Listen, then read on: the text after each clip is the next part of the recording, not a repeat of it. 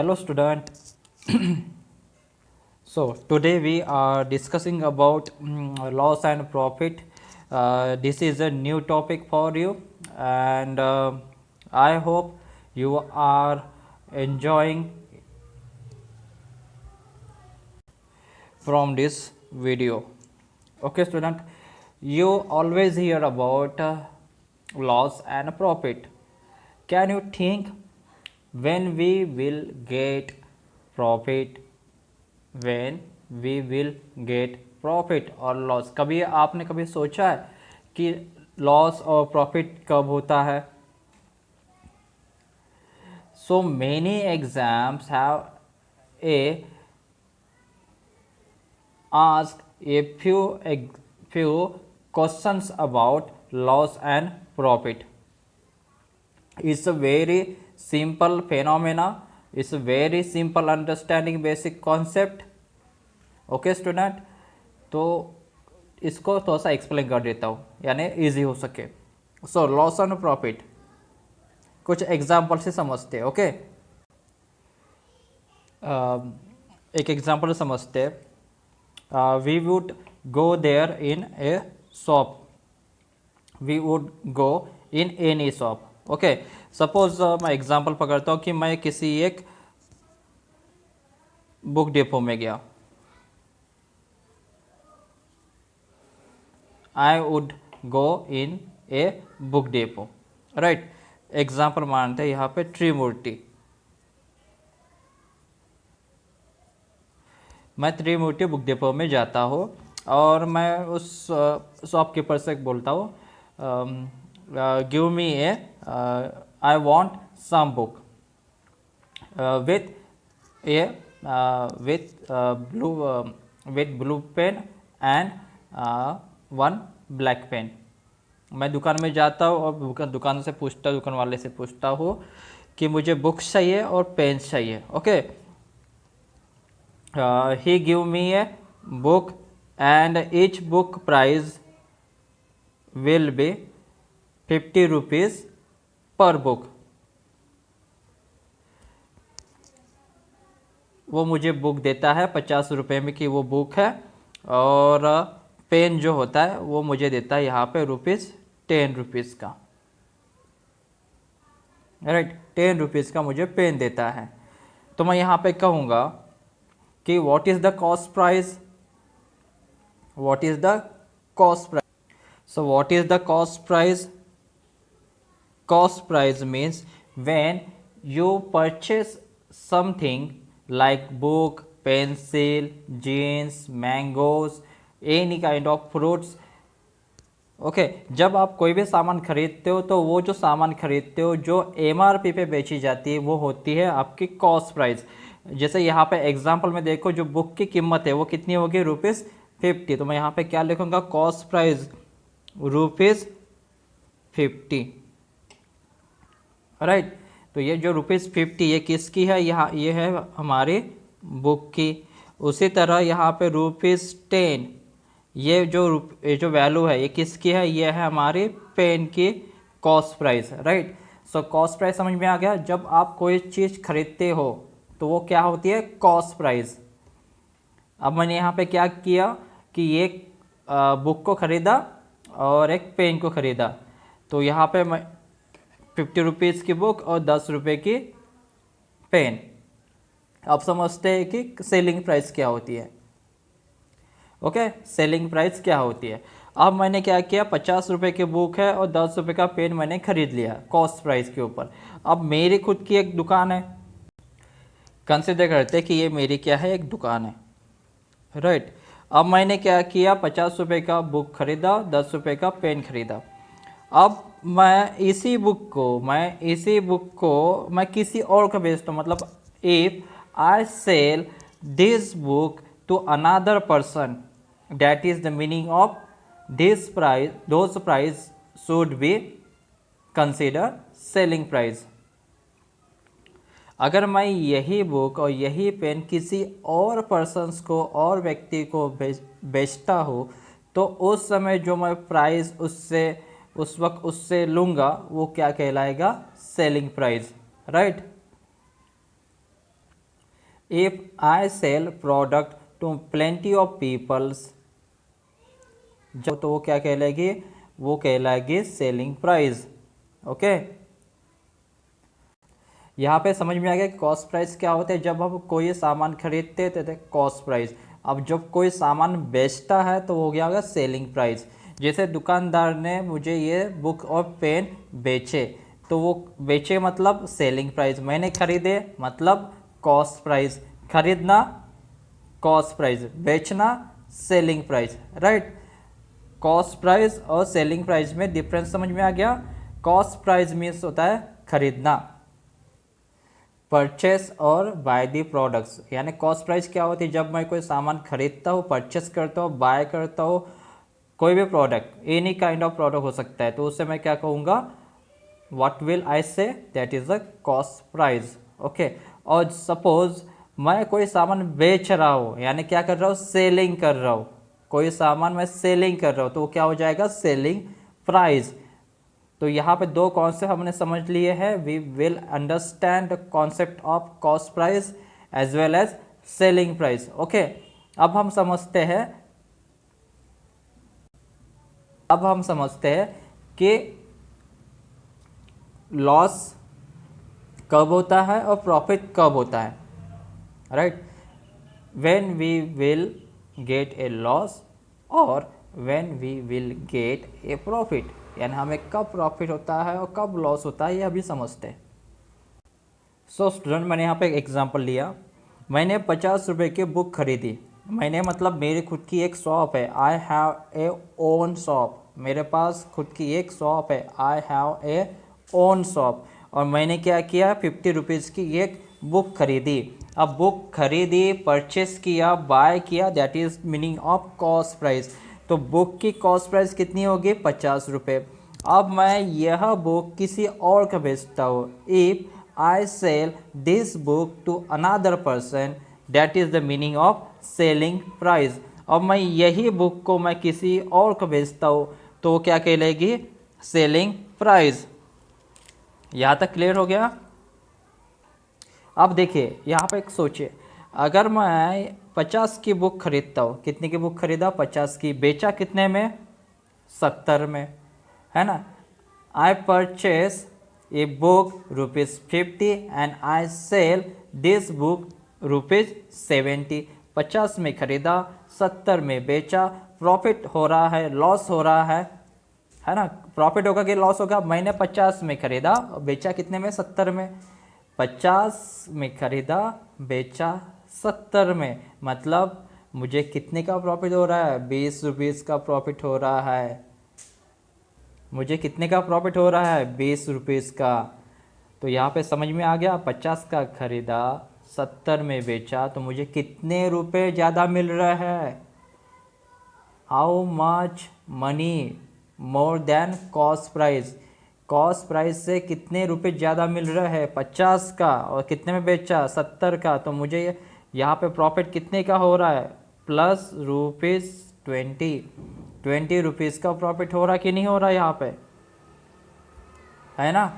तो कैसे पहचानेंगे कि प्रॉफिट हो रहा है या लॉस हो रहा है, how to identify when we will get loss और प्रॉफिट। हम कैसे पहचानेंगे कब मुझे प्रॉफिट मिलेगा, कब मुझे लॉस मिलेगा। So I said simple, you said how, कैसे। If selling price is more than cost price, if selling price are more than cost price, selling price कितनी की है, 70 की, cost price कितनी की है, 50 की। तो ये समय पे क्या होगा, मुझे क्या होगा, प्रॉफिट होगा। क्या होगा, प्रॉफिट होगा, क्योंकि 50 की खरीदा था, बेचा 70 में, तो मुझे कितने पैसे ज़्यादा मिल रहे हैं, यहाँ पे 20 रुपीज़ ज़्यादा मिल रहा है, राइट, है ना।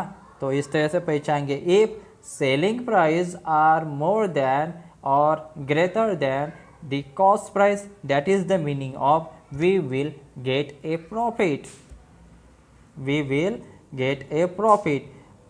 Another ways, another ways, if cost price are greater than selling price, cost price are greater than selling price, cost price कितनी है 50, another ways, if selling price are less than cost price, consider करें कि cost price कितनी की थी 50 की और selling price कितनी की है 30 की। ये डिफरेंट एग्जांपल था, इसमें इस सिचुएशन में डिफरेंट कंडीशंस है, इस केस में डिफरेंट कंडीशंस है। कॉस्ट प्राइस 50 की है लेकिन बेचा कितने में 30 में।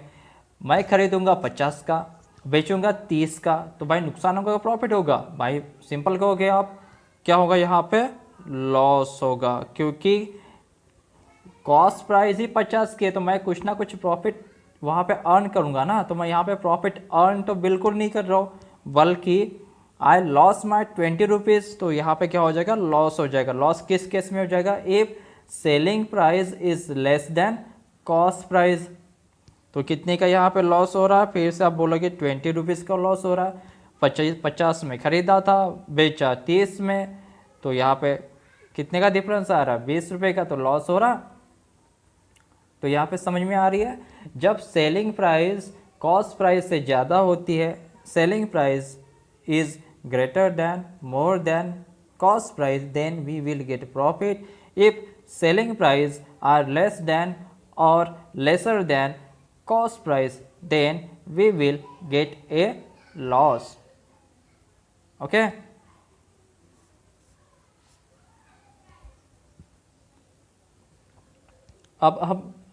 अब हम देखते हैं कि कैसे निकाल सकते हैं। जब प्रॉफिट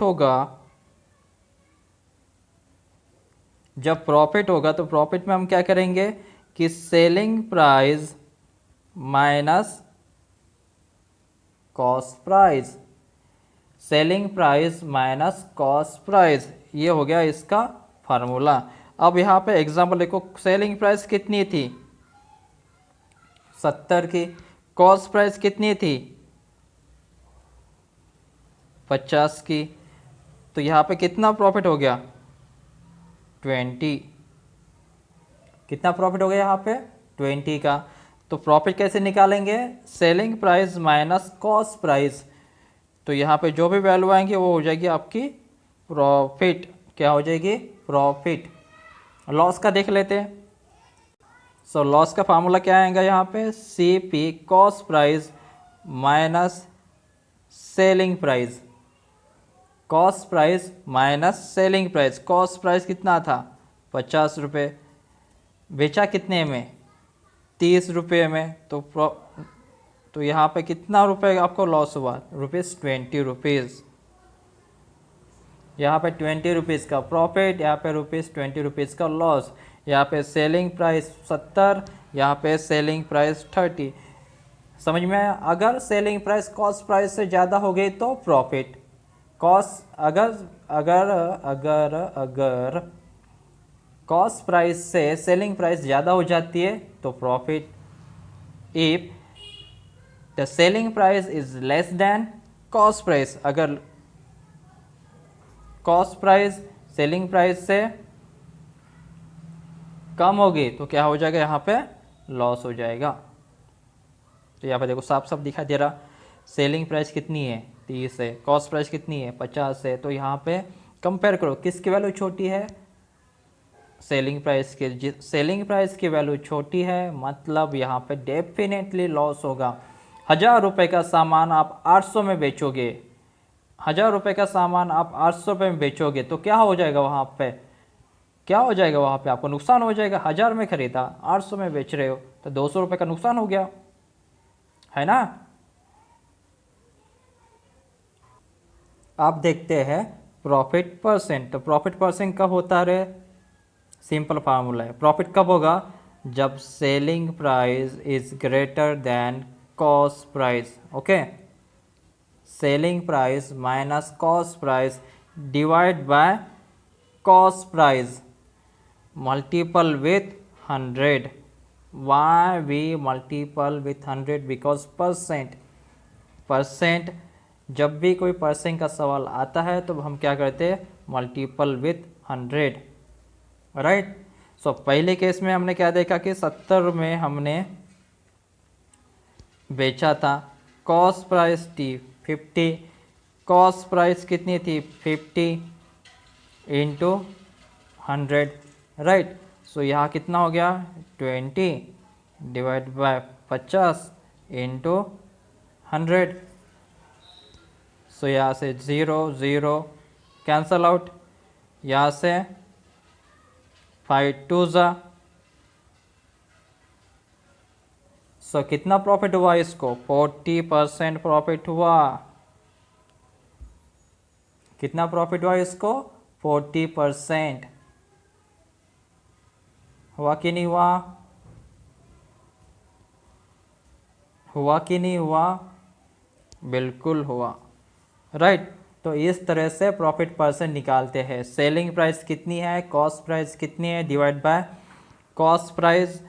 तो यहाँ पे हमने निकाला 70 माइनस 50 20, 20 डिवाइड बाय 50 इंटू 100। सो 40% को इसको प्रॉफिट हुआ। अब उसी तरह से देखते कि लॉस परसेंट, लॉस कब होता है। सो लॉस परसेंट कब होगा यहाँ पे, जब cost price is less than selling price divide by CP multiple with 100, right. So यहाँ पे CP कितना है, यहाँ पे 50, सेलिंग प्राइस कितना है 30, कॉस्ट प्राइस कितना है 50 मल्टीपल विथ 100, राइट। तो यहाँ पे कितना होगा 20 divide by 50 into 100, again 40%। So loss percent कितना हो जाएगा इस केस में, 40% का लॉस हो जाएगा। तो फ्रेंड्स ये फार्मूला नोट कीजिए, ये फार्मूला नोट कीजिए।